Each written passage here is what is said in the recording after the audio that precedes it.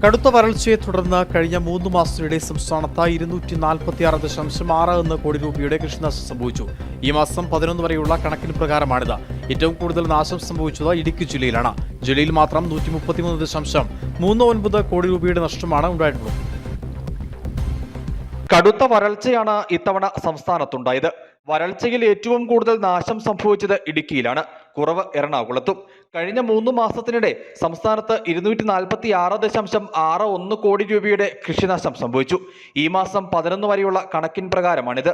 കൃഷിഭവനുകൾ വഴി റിപ്പോർട്ട് ചെയ്ത പ്രാഥമിക റിപ്പോർട്ട് പ്രകാരമുള്ള കണക്കാണിത്. ജില്ലയിൽ മാത്രം 133.39 കോടി രൂപയുടെ നഷ്ടമാണ് ഉണ്ടായിട്ടുള്ളത്. 46.47 കോടി രൂപയുടെ നഷ്ടം സംഭവിച്ച പാലക്കാടാണ് രണ്ടാമത്. തൊട്ടടുത്ത് മലപ്പുറമാണ്. സംസ്ഥാനത്ത് 47,367 കർഷകർക്കാണ് കൃഷിനാശമുണ്ടായത്. ഇതിൽ 27,146 കർഷകരും ഇടുക്കിയിലാണ്. 11,428.56 ഹെക്ടർ കൃഷിയിടം ജില്ലയിൽ മാത്രം നശിച്ചു. ഏലം, കുരുമുളക്, ജാതി തുടങ്ങിയ ദീർഘകാല വിളകളാണ് ഇടുക്കിയിൽ നാശം വന്നതിൽ അധികവും. നഷ്ടങ്ങൾക്ക് അർഹമായ നഷ്ടപരിഹാരം വേഗത്തിൽ ലഭ്യമാക്കണമെന്നാണ് കർഷകരുടെ ആവശ്യം. കൃഷിവകുപ്പിന്റെ എയിംസ് പോർട്ടൽ വഴി നഷ്ടപരിഹാരത്തിന് അപേക്ഷിക്കാനാണ് കർഷകർക്ക് ലഭിക്കുന്ന നിർദ്ദേശം. News bureau, Adimali.